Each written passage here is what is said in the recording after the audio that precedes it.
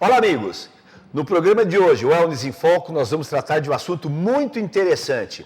Atendimento na sala de musculação e correção. Você sabe que muitos professores que ficam na sala de musculação, eles não têm uma percepção do que deve ser observado do aluno. Não é assim, professor Ricardo Itria? Exatamente. Em primeiro lugar, bom dia, professor. Isso, obrigado. Olha, eu comecei de forma dinâmica, né? Mas eu quero aprender. O professor Ricardo Itria é mestre em Ciências da Saúde, é meu amigo pessoal e um profissional que nós estamos trabalhando juntos há quantos anos, professor? 11. Há 11 anos nós temos desenvolvido um trabalho em várias academias. E, professor Ricardo, vamos começar para abordar o nosso tema daquela pesquisa que nós fizemos, lembra? Lembro. Foram 17 mil pessoas que nós avaliamos e tinha uma pergunta assim, qual o principal objetivo?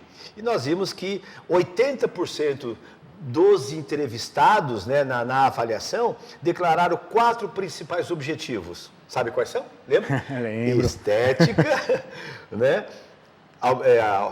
Emagrecer, aumentar a massa muscular, condicionamento físico e saúde. E essas pessoas querem o quê, Ricardo? Aumentar músculo? Como é que é essa história? Na verdade, essas pessoas, muitas dessas pessoas têm uma ideia equivocada do que é atividade física. Elas querem ao mesmo tempo emagrecer, ao mesmo tempo elas querem aumentar a massa magra, massa muscular, e na verdade elas não são nem obesas e nem magras. Muitas delas estão dentro do IMC adequado, algumas com sobrepeso, mas a maioria delas, né, professor, não estavam nem em níveis de gordura. O que eu posso falar? Falta de informação. E aí é onde entra o professor de educação física, né? O professor do dia a dia, ele tem que ser um avaliador, o avaliador do dia a dia. Esquecer um pouquinho aquele avaliador que fica de avental, fazendo teste de VO2 num laboratório. Todo profissional de educação física é, por definição, um observador. Por ser um observador, ele é, por definição, um avaliador físico. Veja, isso que o professor Ricardo colocou para vocês é muito interessante. Por isso que nós desenvolvemos um sistema inovador de avaliação, que é a avaliação multifuncional, onde nós avaliamos o quê? Não quanto de força a pessoa tem, quanto de resistência. Isso é num segundo momento. A nossa avaliação é para verificar o quê? Déficits de movimento. Com base nesta avaliação, como o professor Ricardo disse, todo professor da sala de musculação é um avaliador. Então, o que nós vamos falar hoje, né, professor Ricardo? Que se você está na sala de musculação e o seu aluno está treinando, eu não estou preocupado no primeiro momento quanto que ele vai colocar de carga, porque isso é uma adaptação neural, né? Quanto tempo demora para você aumentar a massa muscular? 3 semanas? Não. Precisa de quanto tempo? Meses. 6, 8 meses para você ter ganho de massa muscular. No entanto, eu posso corrigir o movimento muito rápido. Você sabia que a adaptação neural é em 2, 3 aulas? Não é 4, 6 semanas, não, isso é um conceito antigo. A ciência mostra que no primeiro, segundo treino já houve adaptação. Sabe por quê? Você melhorou a coordenação motora intramuscular, melhorou a consciência corporal. Bom, já dei a dica, hein, professor Ricardo? Nós vamos falar sobre 2 capacidades biomotoras muito importantes, que é a mobilidade / flexibilidade, a estabilidade / equilíbrio, coordenação motor e consciência corporal. Professor Ricardo, vamos mostrar aqueles principais erros que acontecem no treino? Vamos lá. Bom, o mais visto em academia, é óbvio, o aluno ele quer aumentar a massa muscular em 2 dias. E rapidamente, o que ele quer fazer? Pegar peso. Pegar peso. Claro. A famosa flexão de cotovelos, a rosca direta, a rosca simultânea, enfim. A pessoa tem que ter uma postura, uma consciência corporal, se colocar bem, realizar um movimento. Veja a posição estabilizada do ombro. Estabilizando. E Qual que é o erro mais comum? O erro mais comum é a compensação, onde você joga toda a força do teu trabalho na lombar. Você hiperestende a sua lombar e, obviamente, realizando esse movimento errado durante várias sessões, durante vários anos, uma que você vicia, uma que você não tem uma adaptação adequada, uma que o seu bíceps, a sua musculatura, ela não está apta a desenvolver grandes trabalhos lá para frente, e o pior, você lá na frente vai ter problemas de postura. Vocês viram que detalhe interessante? O problema, às vezes, não é tanto a carga. Se o aluno quer aumentar a carga, ele acaba fazendo aquela famosa série roubada, né? Ele rouba o movimento. Vocês viram, quando o professor Ricardo mostrou o movimento errado, o que aconteceu? Perdeu a estabilidade dos músculos do core. Olha a palavrinha mágica, estabilidade. Ele tem força para levantar. Às vezes, não é tanto o problema da carga, então é o problema de estabilidade, consciência e controle da musculatura. Então, é aquele da elevação lateral de ombro, até muito comum. Mostra, elevação lateral de ombro. Dá uma olhadinha, você que está assistindo, olha, muito comum na academia acontecer isso.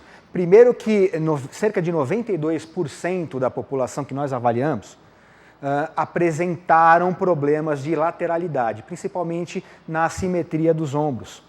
Então, muitas pessoas realizam o movimento de maneira errada, elevando um lado maior do que o outro. Então, ele faz um movimento correto nas primeiras repetições e, de repente, ele eleva um lado mais do que o outro. Por quê? Porque ele tem um distúrbio de lateralidade, um lado mais encurtado, um lado mais forte. Ricardo, e a biomecânica, eu sei que você estuda bastante isso, não precisa, numa abdução de ombro, aí até lá em cima, você tem uma compressão na articulação do ombro, né? Exatamente. Primeira coisa, olha lá, posição. Mantendo alinhados, né, na abdução de ombro, no final da elevação total, alinhar com o ombro. Não há necessidade de fazer um movimento extra, além. E aquela compensação que acontece, a pessoa elevando a escápula, né? Aproximando o ombro da orelha. Veja lá, olha lá. E o pescoço. Olha lá. Isso. Isso é comum. Na verdade, eu costumo falar que a carga tem que vir até você. Não você até a carga. E vários exercícios, principalmente exercícios para peitoral e para ombro, a pessoa acaba projetando a cabeça, o pescoço para frente. E a pessoa vai, obviamente, sofrer com isso lá na frente. Distúrbio de lateralidade e não só de lateralidade. Agora, avaliando a postura errada através da projeção da cabeça à frente. Bom, nós mostramos 2 exemplos de exercícios que nós chamamos de exercícios de isolamento muscular ou isolado, para articulação do cotovelo e para articulação do ombro. Agora, o exercício clássico na musculação, que todo mundo adora, as mulheres principalmente, né, que querem ter as pernas fortes, bonitas e bumbum. Qual que é o melhor exercício? Agachamento. Agachamento, na nossa avaliação multifuncional, o primeiro exercício que nós dedicamos mais tempo é avaliar o agachamento. Professor Ricardo, vamos mostrar os erros mais comuns no agachamento? Bom, um dos mais comuns é a projeção do joelho à frente. E o calcanhar? E o calcanhar sai do solo, de lado. O calcanhar eleva e isso, obviamente, vai causar distúrbios lá na frente. Veja, é claro que se você agacha, o joelho pode ir um pouquinho à frente da ponta do pé, por uma questão anatômica. Então, existe uma distância, sabe? 8, 10 centímetros. O problema é quando esse joelho vai lá na frente e você acaba perdendo a estabilidade. Então, nós vimos o problema no tornozelo, né? Na dorsiflexão. E depois, qual outro... Uma outra compensação. Outra compensação é você projetar excessivamente o tronco à frente. Vocês viram? O tronco, olha, ele não está mais paralelo à perna. Mostra de lado para o pessoal ver. Olha, isso é muito comum. Então, o que acontece? O momento de força que tem que ser na perna e glúteo acaba acontecendo onde? Na lombar. Na lombar. E o que acontece, professor Ricardo? Você que é um especialista em avaliação postural, a questão da alteração na lombar. Bom, a lombar, primeiro, ela acaba fazendo as vezes do abdominal. Então, a musculatura abdominal, principalmente o reto abdominal, o transverso do abdômen, eles são músculos chaves. Eles são responsáveis não só pela postura, mas como também pela potência dos movimentos que são executados. E quando falta esse tipo de estímulo para o abdominal, você acaba jogando toda a carga na lombar. E com o tempo... Então você acaba tendo a compensação. Bom, nós mostramos aí 3 exercícios básicos, né, que muito utilizado na academia, que é a rosca direta, né, as flexões de cotovelo. O ombro é uma questão, no programa futuro nós vamos falar sobre ombro, nós vamos dar dicas sobre ombro. O ombro é uma articulação muito delicada, né? Então o pessoal, quando faz o supino, acaba fazendo uma rotação externa, acaba tendo uma compressão muito grande na articulação do ombro. Então, os exercícios, né, professor Ricardo, tem que ter muito cuidado com a articulação do ombro, a posição correta. Bom, no agachamento, né, e o que acontece? Vamos falar um pouquinho da projeção do ombro para frente, no agachamento, por exemplo, no overhead, né, professor Ricardo, o que acontece? No agachamento? Isso, e a pessoa acaba projetando o ombro para frente. Ele projeta o ombro para frente. Isso, o ombro acaba perdendo estabilidade, né? Exatamente. E por perder a estabilidade, como o agachamento é um exercício de cadeia cinética, por incrível que pareça, o ombro também influencia positiva ou negativamente no agachamento. Então, a falta de mobilidade, de estabilidade, no ombro, pode prejudicar a execução de um exercício que é basicamente para membros inferiores. Bem, ficou aqui a dica, então, do nosso programa de hoje.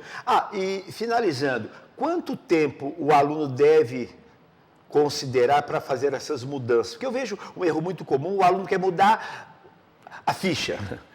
4 semanas quer mudar a ficha. Na verdade, não é mudar a ficha, né? E você tem que dar um tempo para aprender o movimento, né, professor Ricardo? E se seu aluno não consegue executar o movimento com o peso do próprio corpo, não pode adicionar carga, não né? pode adicionar agachamento, carga. Avanço, afundo. Às vezes nem o leg press inclinado, às vezes ele tem às vezes o aluno ele tem um encurtamento do sólio e o próprio leg press com aparelho seguro, ele, se não for bem trabalhado, ele pode até prejudicar, né? Você pode aumentar até o teu nível de o teu grau de encurtamento. Então, na verdade, aí entram os exercícios funcionais paralelo para que você possa desenvolver as suas habilidades, as suas capacidades de maneira efetiva. Agora, falando um pouco de capacidades, duas capacidades básicas para o treinamento de força, resistência e a própria força. E a força. Né?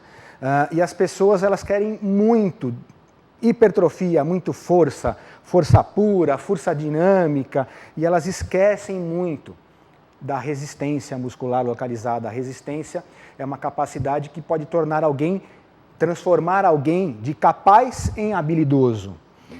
E alguns estudos que nós realizamos agora com 1.671 alunos ingressantes em um programa de treinamento sistematizado, nós levantamos que, a princípio, a resistência muscular ela tem uma interdependência muito mais íntima com o padrão de movimento do que a própria força. Porque, às vezes, quando a pessoa não tem o padrão de movimento bem desenvolvido, ela compensa com força excessiva. E ela desaprende ou continua aprendendo o movimento de maneira errada. O que é prejudicial, não daqui 1 ano, daqui 2 anos, mas lá para frente com 60, 70 anos. E a gente está pensando o quê?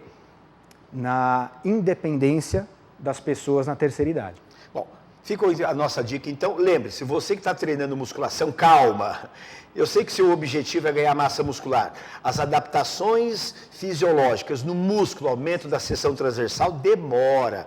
Você precisa aumentar o consumo de proteína, fazer uma boa dieta. A gente sabe hoje que ganhar massa muscular, 50%, 60% é alimentação. 30% é treino e 10% de descanso. Essa é uma proporção aceita sob o ponto de vista fisiológico. Comer bem e treinar corretamente. Agora, o grande erro, então, é você querer aumentar a massa muscular, como o professor Ricardo disse. Você querer aumentar a força com características hipertróficas, sem antes ter a força de resistência, a consciência corporal e a coordenação motora. Lembre-se, todo treinamento é neural, é sistema nervoso que comanda. Você aprende a recrutar as fibras, coordenação intramuscular. Você aprende a recrutar os músculos que participam do trabalho em cadeia e, na sequência, vem o aumento da massa muscular. Professor Ricardo, obrigado. Você quer alguma dica? Uma dica para o nosso professor que está na sala de musculação? Fique atento. Um recadinho. Olha, a dica é: trabalhe em periodização. Como você mesmo falou agora, mudar a ficha, né? É uma coisa muito mais científica, muito mais bem trabalhada. Para periodizar, antes de tudo, precisa observar. Observe o aluno, a deficiência que ele tem, trabalhe em cima dessa deficiência e, principalmente, fale para o seu aluno, explique, faça com que ele entenda, com que ele leve isso para o travesseiro dele, que os níveis de força, inicialmente, eles aumentam muito rápido. Claro. De 2 quilos, daqui uma semana a pessoa já está com 4, aumentou 100%, mas ele não está vendo ainda os benefícios em relação à estética. Isso demora um pouquinho mais, isso demanda em tempo. Só isso. Tá ok? Então fica aqui a nossa dica, o programa Wellness em Foco é um resultado de uma parceria fantástica do Instituto Forte, da empresa Wellness e do Instituto Mauro Gzelini. E nós estamos aqui finalizando nosso programa no nosso Centro de Treinamento Multifuncional. Até o próximo programa.